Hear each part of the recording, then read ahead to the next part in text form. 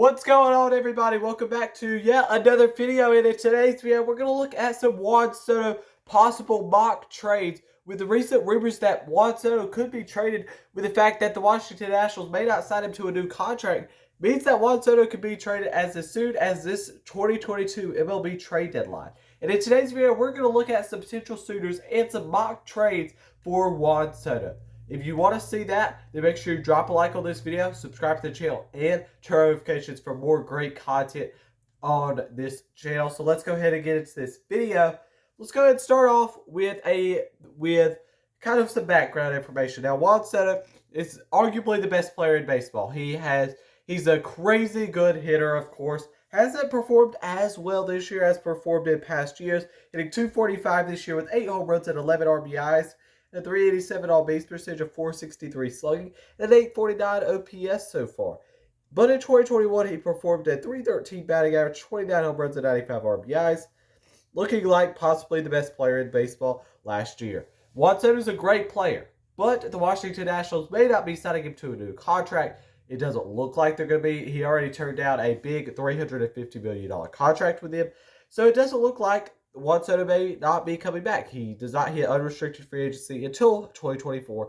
So whoever gets him will have quite a few years of control left, being 3 years of control, basically. And Juan Soto is going to perform better overall all the season than what he's performing at right now. He's not performing too well to start the season, but let's go ahead and get into the 4 mock trades that I do have here today. And the thing is, with a lot of these trades, I'm going to go ahead and say that Patrick Corbin is going to have to be included in this trade. You know, the Nationals are going to want to get off that contract of Patrick Corbin, and he's, of course, a big negative asset. But with how good of an asset Juan Soto is, it's going to be really hard to trade for Juan Soto, of course. And you're going to have to take on that contract of Patrick Corbin, I think, if you're really going to want to take that on. Yeah, so first trade is the Toronto Blue Jays will be getting Patrick Corbin, who has a big negative value, of course, and Juan Soto. That means that Juan Soto and Vladimir Guerrero Jr. would be on the same team. Imagine that 3-4 of Soto and Guerrero. Now, in exchange, of course, the Blue Jays are going to have to give up a ton to the Nationals. And whichever team wants to do this trade, it's going to be a team that's willing to gut their farm system, that still has a good farm system, that also is competing, which is a tough road there to have, because obviously you need a team that's competing, a team with a pretty good farm system, and there's a lot of variables here. But the Blue Jays in this trade, like I said, would get Patrick Corbin, who's a big negative asset, I think, but you still are going to have to take on this contract, and if you're getting Juan Soto, you're fine with taking on this contract. Of course, you have another lefty that's getting paid quite a bit in Yusei Kikuchi and Hyunjin Ryu. But still, maybe Patrick Corbin could be a decent starter for Toronto. I mean, look at what they turned Robbie Ray into. I mean, absolutely nothing into something. A Cy Young last year. And the Nationals in this trade would receive back Alejandro Kirk. Alejandro Kirk, I think, is going to have to go back in this trade. He's going to be one of the more now-ready assets. Of course, they already do have a catcher and keeper, Urias, which kind of makes me think that this trade is not going to work out, unfortunately, because also in this trade it's going to be Gabriel Mirado, who's their number 1 prospect and catcher right now, top 10 in baseball. And that's going to be tough, because a couple of their best assets do happen to be catchers. And as good as Gabriel Mirado is, he's already a AAA, so he could be ready soon. It's just, are they really going to want to do this trade? I doubt it. I doubt Juan Soto gets trade, period. And in 2022 so far, he's hitting .347 with a homer and 22 ribbies to start the year. So you have to give up those 2 assets, of course. And you're also going to have to give up Orlevius Martinez, who is your number 2 prospect here as well. You're going to have to go a lot here. And he's hitting .222 to start the year with 12 home runs and 26 RBIs. Really good starts to the season, minus the batting average. But Martinez, another top 50 guy, arguably. And, the final guy here is going to be their number 6 prospect, Ricky Tiedemann, a lefty. And they're really gutting a lot of their farm system for a team that already ended up trading their 2021 draft pick in Gunnar Hoglund to Oakland. And so far this year, he's 3-1 with a 1.82 ERA in 7 starts. And The thing is, I doubt this trade will be accepted. I really don't think that this trade will be accepted. So let's go ahead and get into trade number 2. It's just a mock trade. Will it happen? Who knows? Next trade that I've got here is to the San Diego Padres. Of course, Patrick Corbin is included in this one as well. Patrick Corbin and Juan Soto will be heading to the Padres in exchange for quite the price here in C.J. Abrams, Mackenzie Gore, Trent Grisham, Adrian Morejon, and James Wood. And this does end up to where the Nationals actually do get a little more value than the San Diego Padres here. But for the Nationals, you get C.J. Abrams, which is an arguable top 5 prospect in baseball.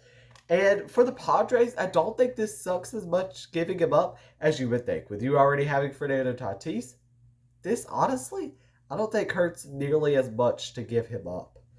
Mackenzie Gore also is the guy that you're going to have to give up, but your rotation's stacked right now. I mean, in this trade, if it did happen, you would bring in Patrick Corbin, of course. You already have Sean Manaea, Mike Clevenger, Blake Snell, Joe Musgrove. I mean, you already have so many starting pitchers. I don't think that giving up Mackenzie Gore really hurts anymore. He's really just not as good of a prospect as he once was.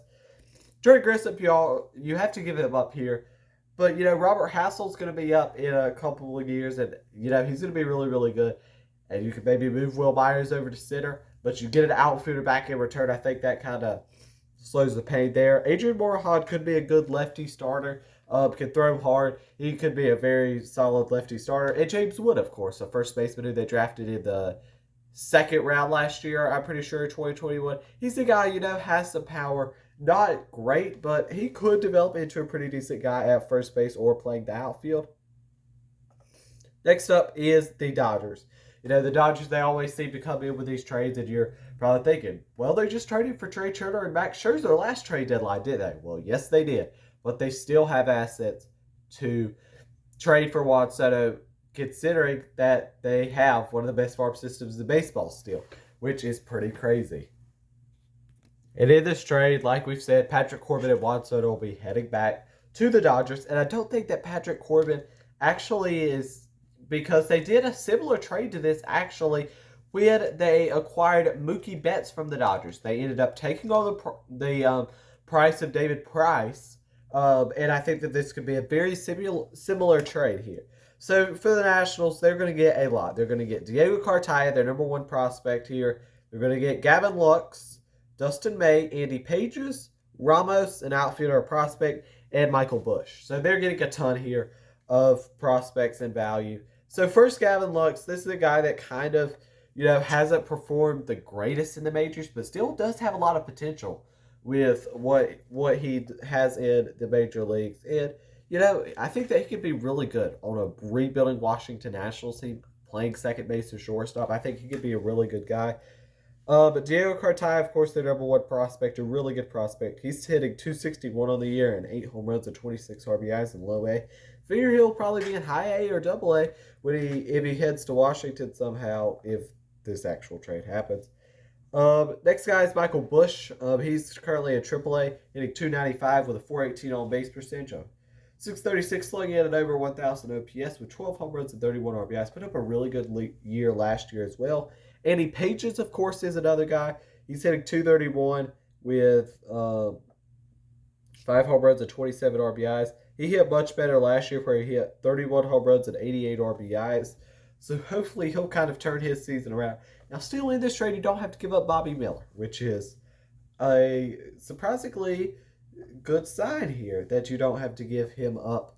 So, yeah, that's the Dodgers trade. I think that this trade actually wouldn't be too far-fetched from happening, because I think that the values are pretty equal here, and you get some really good players. And Dustin May, of course, he's going to be coming back from Tommy John, but I still think that this could be a really good guy. And, in a trade like this where you get 6 players back, some really good players, I think that it might be worth, with all that value, more than Juan Soto might have. And the final trade is the San Francisco Giants. They'll be getting Juan Soto and Patrick Corbin, as they've came into rumors with Aaron Judge the last couple days or so. And I'm thinking that maybe Juan Soto could be an interesting trade piece here too. Now, of course, Luciano's going to have to go in this trade. It sucks, but it's going to have to happen. Matos is going to have to go in this trade too. Luis Matos, he's a top 100 prospect. He'll have to go in this trade. Austin Slater is going to have to go. Mikey Stripsy also is going to have to go. Hunter Bishop's going to have to go. And Ortega, shortstop, is going to have to go as well. So a lot's going to go here. A lot of moving pieces here. For the Giants, you probably don't like taking on the contract of Patrick Corbin, but you would do it to get Juan Soto. That's kind of simple. You know, you had Barry Bonds, and Juan Soto may be the next Barry Bonds, to be honest. Now for the Nationals, you get quite a bit of value back here. Luciano is a shortstop, and this is a guy that brings in the value of being on that shortstop side with Brady House at third for the future. Pretty good, right? Hunter Bishop is a guy, they drafted. I think they took him with a first-round pick a few years ago. He's just not really panned out, but he still could be a good value guy. Matos is a center fielder. He could kind of patrol that outfield with whoever. In the future, Slater and your Stripsy are ready now guys that could come in and be pretty decent. And we know how the Giants develop players. Giving up those guys don't hurt nearly as much as giving up a Luciano or whatever. Will Juan Soto be traded? Who knows? But it's always fun to think about some mock trades, and why not think about some mock trades? So those are the 4 mock trades that I have. I don't really think that Juan Soto is going to be dealt this deadline. I think that maybe that comes towards maybe more towards the offseason or whatever. But still, Juan Soto, I would love to see him traded. I think that, it would do him a better service to be on a winner. So yeah, that's going to be the end of today's video. Make sure you drop a like on it, subscribe to the channel, and turn notifications, because this is the place to be on Baseball YouTube for great baseball content. New videos every Sunday, YouTube shorts throughout the week. Thank you for watching, and peace.